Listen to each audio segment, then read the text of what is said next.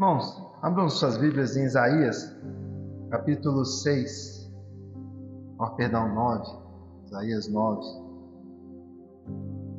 Vamos lá, Isaías capítulo 9, versículo 1 até o 7. Nos diz o seguinte: Mas para a terra que estava aflita, não continuará a obscuridade. Deus, nos primeiros tempos, tornou desprezível a terra de Zebulon e a terra de Naftali, mas nos últimos tornará glorioso o caminho do mar além do Jordão, Galileia dos gentios. O povo que andava em trevas viu grande luz, e aos que viviam na terra da sombra da morte resplandeceu-lhes a luz.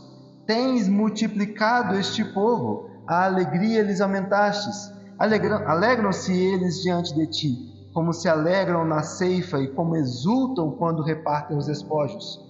Porque tu quebrastes o jugo que pesava sobre eles, a vara que lhes feria os ombros e o cetro do seu opressor, como no dia dos midianitas. Porque toda bota com que andam os guerreiros do tumulto da batalha e toda vestes revolvida em sangue serão queimadas, servirão de pasto ao fogo.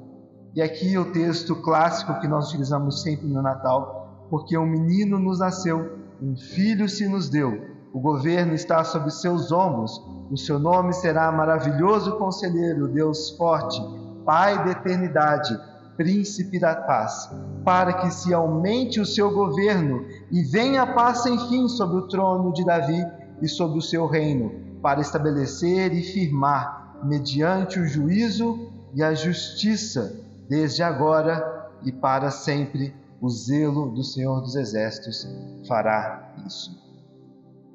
Nós hoje vamos falar sobre uma luz que dissipa as trevas. E essa luz é Jesus Cristo. A luz é Jesus, é o sacrifício, é a vinda de Jesus a esse mundo.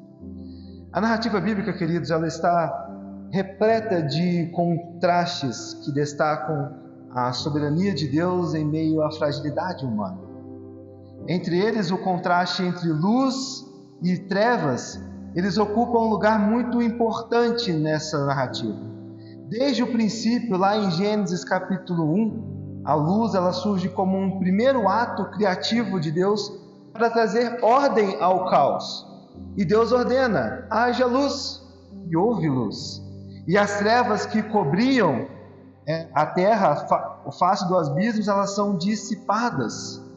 A luz, portanto, queridos, ela não é apenas um elemento físico, mas ela é um símbolo da presença divina na vida e do propósito. E essa metáfora, ela permeia as Escrituras, encontrando seu clímax em Jesus.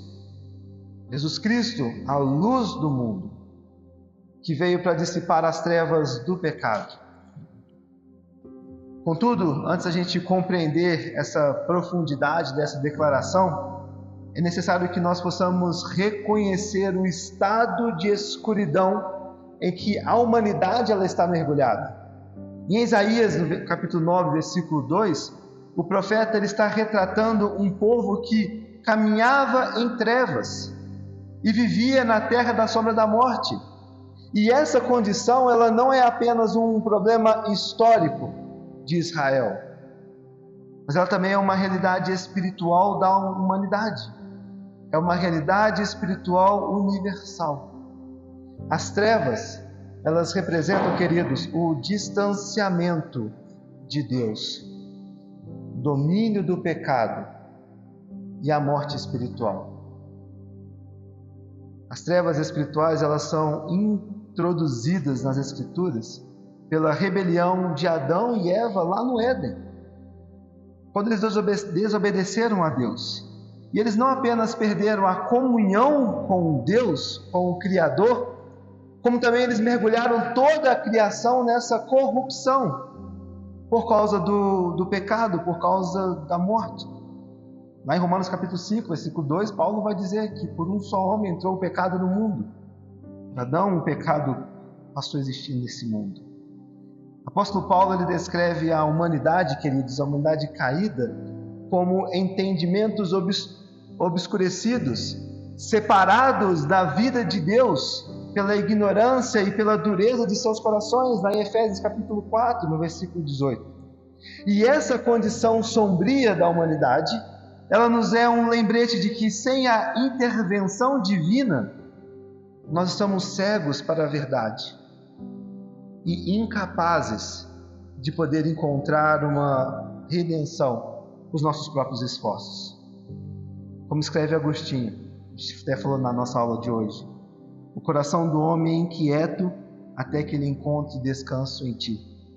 E essa inquietação do coração do homem, ela é um reflexo das trevas que habitam em nosso interior, das quais somente Cristo Jesus pode nos libertar dessas trevas que governam nossos corações. No entanto, a Bíblia ela não nos apenas mostra esse diagnóstico, o problema da humanidade, o problema do homem, como ela também nos apresenta a solução. Deus, em sua infinita graça, Ele promete enviar uma luz para quê? Para dissipar as trevas da humanidade. E Isaías capítulo 9 anuncia essa luz como uma grande esperança. E em João capítulo 1, João vai nos revelar como sendo o próprio Verbo eterno encarnado, se cumprindo assim o que as Escrituras apontavam, que as profecias apontavam. E essa luz, queridos, ela não é apenas uma ideia abstrata ou um conceito moral. Ela é a pessoa de Jesus Cristo, que desce ao mundo para redimir os pecadores. A luz de Cristo não apenas ilumina, mas também transforma, pois ela confronta o pecado, expõe as trevas e traz vida eterna. E assim o advento, a vinda de Jesus, é a inauguração de uma nova realidade, onde a luz de Deus brilha na escuridão, cumprindo a promessa de redenção, feita desde o início da história da humanidade. Isaías 9, do 2 ao 7, nos traz essa promessa do Messias, que brilha como a esperança definitiva para um povo que vivia sobre o peso das trevas. E esse texto, queridos, ele é carregado de significado histórico, simbólico e messiânico, onde Isaías proclama que Deus não abandonará seu povo à escuridão, mas Ele intervirá com graça, trazendo luz, alegria e também trazendo salvação. Isaías profetiza essas palavras em um período de crise e muito desespero para o povo do reino de Judá.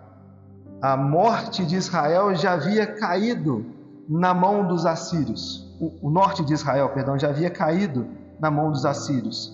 E Judá agora estava enfrentando a iminência dessa invasão. A nação ela estava envolta em trevas, tanto politicamente quanto espiritualmente, pois eles estavam confiando nas alianças humanas que eles haviam estabelecido e rejeitado o Senhor. Se você voltar para o capítulo 8, Isaías fala muito disso, do verso 19 ao verso 22.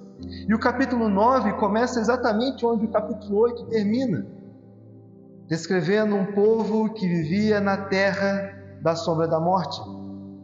E essas trevas, entretanto, elas não eram apenas circunstanciais. Essas trevas apontam para a condição espiritual de separação de Deus, do homem com Deus. O exílio e a escuridão que Judá enfrentou eram sinais de uma alienação mais profunda. O afastamento do coração humano do Deus da aliança, esse distanciamento de Deus, sendo um reflexo da condição em que eles estavam passando e vivendo. No versículo 2 do capítulo 9, Isaías vai declarar: o povo que andava em trevas viu grande luz, e os que viviam na região da sombra da morte resplandeceu-lhes essa luz. Essa grande luz, ela não é um evento natural, mas ela é uma intervenção sobrenatural de Deus para aquele povo, para a humanidade. Deus aqui promete dissipar as trevas do pecado e da morte com a sua própria presença.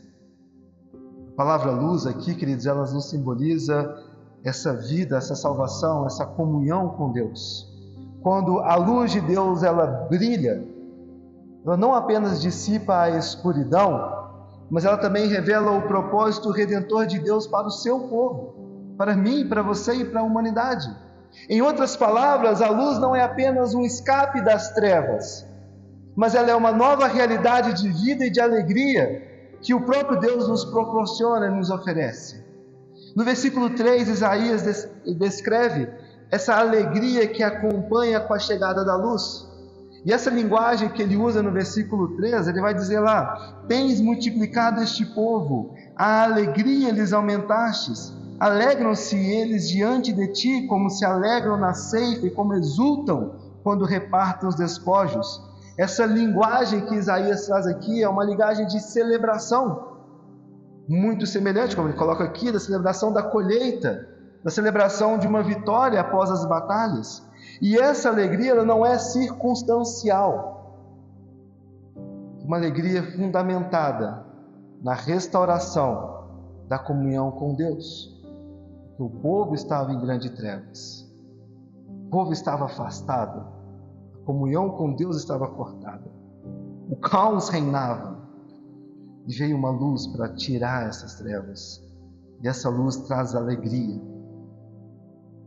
Essa luz traz essa oportunidade de relacionar, de ter essa comunhão com Deus.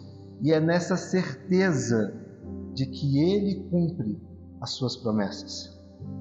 E essa alegria, queridos, é a alegria messiânica. Ela é o cumprimento do propósito criativo de Deus.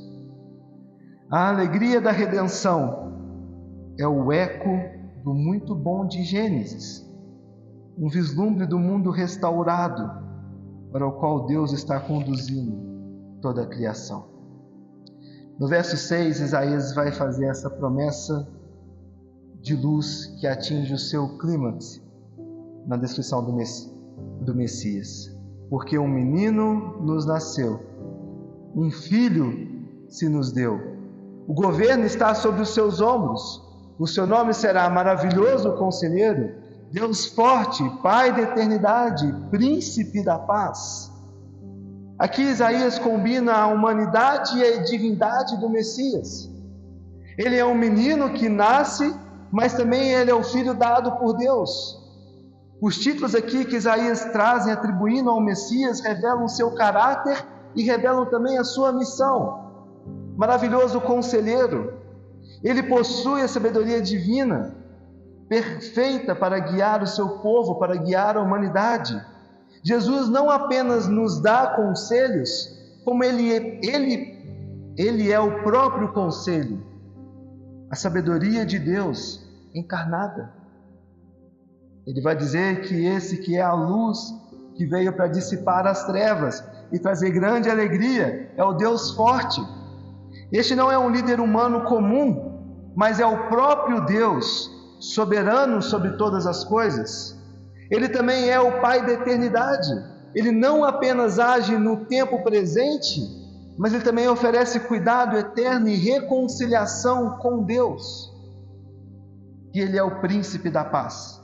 Ele traz o Shalom, a paz plena, que inclui justiça, restauração e harmonia. Esses títulos não apenas revelam essa identidade do Messias, mas também a profundidade da sua obra redentora.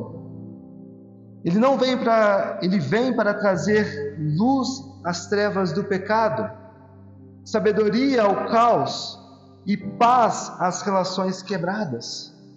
Jesus vem para trazer luz às trevas do meu e do seu coração. Ele vem para trazer luz às trevas da humanidade. Ele vem para restaurar tudo aquilo que está quebrado e falido. Ele vem para poder trazer e colocar à tona aquilo que precisa ser orientado e recondicionado através dessa luz. Já tentaram montar alguma coisa, ou ajeitar alguma coisa, ou caminhar no escuro? É impossível. Dá, mas é impossível. Alguma coisa errada vai acontecer. E é exatamente isso, quando nossas vidas estão sendo vividas nessas trevas, trevas espirituais, os nossos olhos fechados e cegos, nós não conseguiremos saber qual que é a próxima curva à nossa frente. E o que Jesus vem justamente propor e fazer é trazer luz a todos os aspectos da vida, para que através da ótica do Evangelho nós possamos conseguir enxergar a dinâmica da vida de uma maneira diferente. Através dessa luz que ilumina todos os aspectos da vida da humanidade, trazendo justiça, restauração, harmonia, paz, conciliando todo o caos da humanidade nele. Finalmente, no versículo 7 do capítulo 9, ele vai dizer: para que se aumente o seu governo e venha paz sem fim sobre o trono de Davi e sobre o seu reino, para estabelecer e o firmar mediante o juízo e a justiça, desde agora e para sempre. O zelo do Senhor dos Exércitos fará isso. Finalmente, nesse versículo 7, Isaías agora vai apontar para o governo eterno desse Messias. E essa é uma promessa que ela transcende o contexto imediato de Judá. Então, porque nós estamos aqui. E ela aponta para o reino eterno de Cristo, que não é limitado pelo tempo e nem pelo espaço, mas sim que se estabelecerá para sempre. E essa referência que ele traz aqui é uma referência ao trono de Davi, onde ele conecta essa profecia à aliança davídica. Depois, se você quiser olhar lá em 2 Samuel capítulo 7, versículo 12 ao 16, em que Deus ali, ele prometeu que um descendente de Davi reinaria para sempre. O reino do Messias, queridos, não é apenas uma restauração do que foi perdido, mas é uma renovação completa que reflete a justiça e a glória do próprio Deus. Vou repetir essa frase. O reino do Messias não é apenas uma restauração do que foi perdido, mas é uma renovação completa que reflete a justiça e a glória do próprio Deus. Para nós, Isaías 9 não é apenas uma profecia distante, mas ela é uma realidade cumprida em Cristo Jesus. O Natal, ele celebra o cumprimento dessa promessa. Jesus, a luz do mundo, veio para dissipar as trevas e inaugurar o seu reino. E essa luz não é apenas histórica, mas ela é transformadora. Assim como a luz dissipou as trevas em Isaías, ela continua também a brilhar hoje, oferecendo esperança, alegria, vida eterna para todos aqueles que se achegam a Cristo. Desde os tempos antigos, o povo de Deus aguardava o cumprimento dessa promessa, a chegada de uma luz para dissipar as trevas do pecado, que atraía um povo para a condenação, e para tirar esse povo dessa condenação, trazendo redenção ao mundo. E Isaías vislumbrou essa realidade ao profetizar sobre um menino, versículo 6. Séculos depois, João declarou com clareza que o Verbo se fez carne e habitou entre nós, lá no capítulo 1 de João. João inicia seu evangelho com um prólogo que ecoa o início de Gênesis. Ele nos apresenta a encarnação como um ponto culminante da história redentora. A luz verdadeira que ilumina todo o homem não é uma metáfora distante, mas ela é uma pessoa real. Ela é Jesus Cristo. Como C.S. Lewis destacou, a vinda de Cristo ela é como um amanhecer, e ele vai dizer: creio no cristianismo como creio que o sol nasceu, não apenas porque o vejo, mas porque por meio dele vejo todas as coisas. A encarnação de Jesus Cristo, queridos, ela nos revela a glória de Deus, cheia de graça, de verdade, nos convidando a experimentá-la e a testemunhar sobre essa luz, sobre essa graça.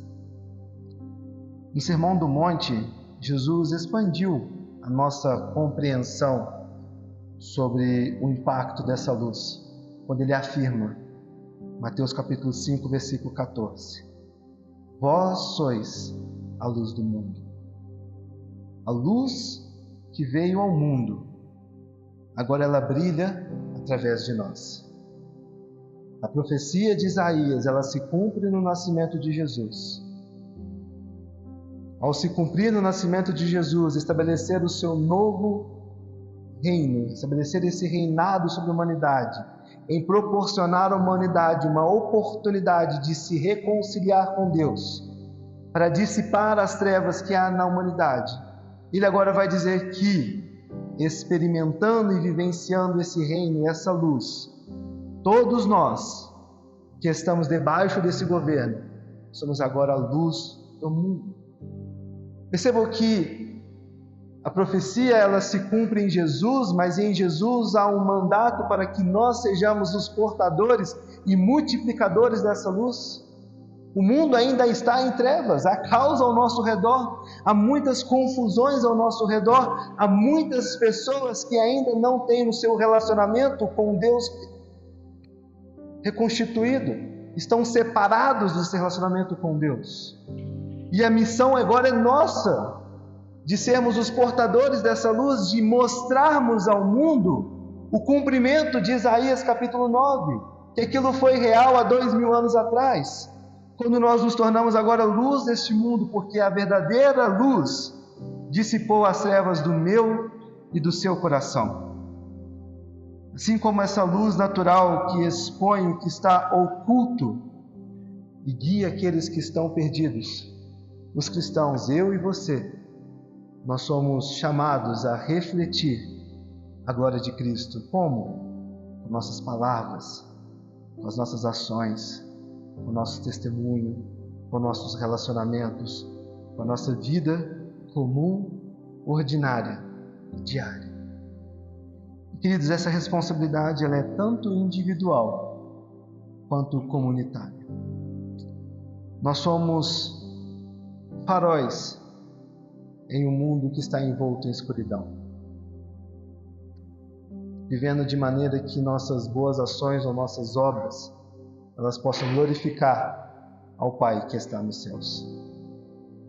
Nós somos faróis no mundo que está envolto em escuridão. E aí uma pergunta para refletir: será que, de fato, nós temos sido faróis onde nós estamos inseridos?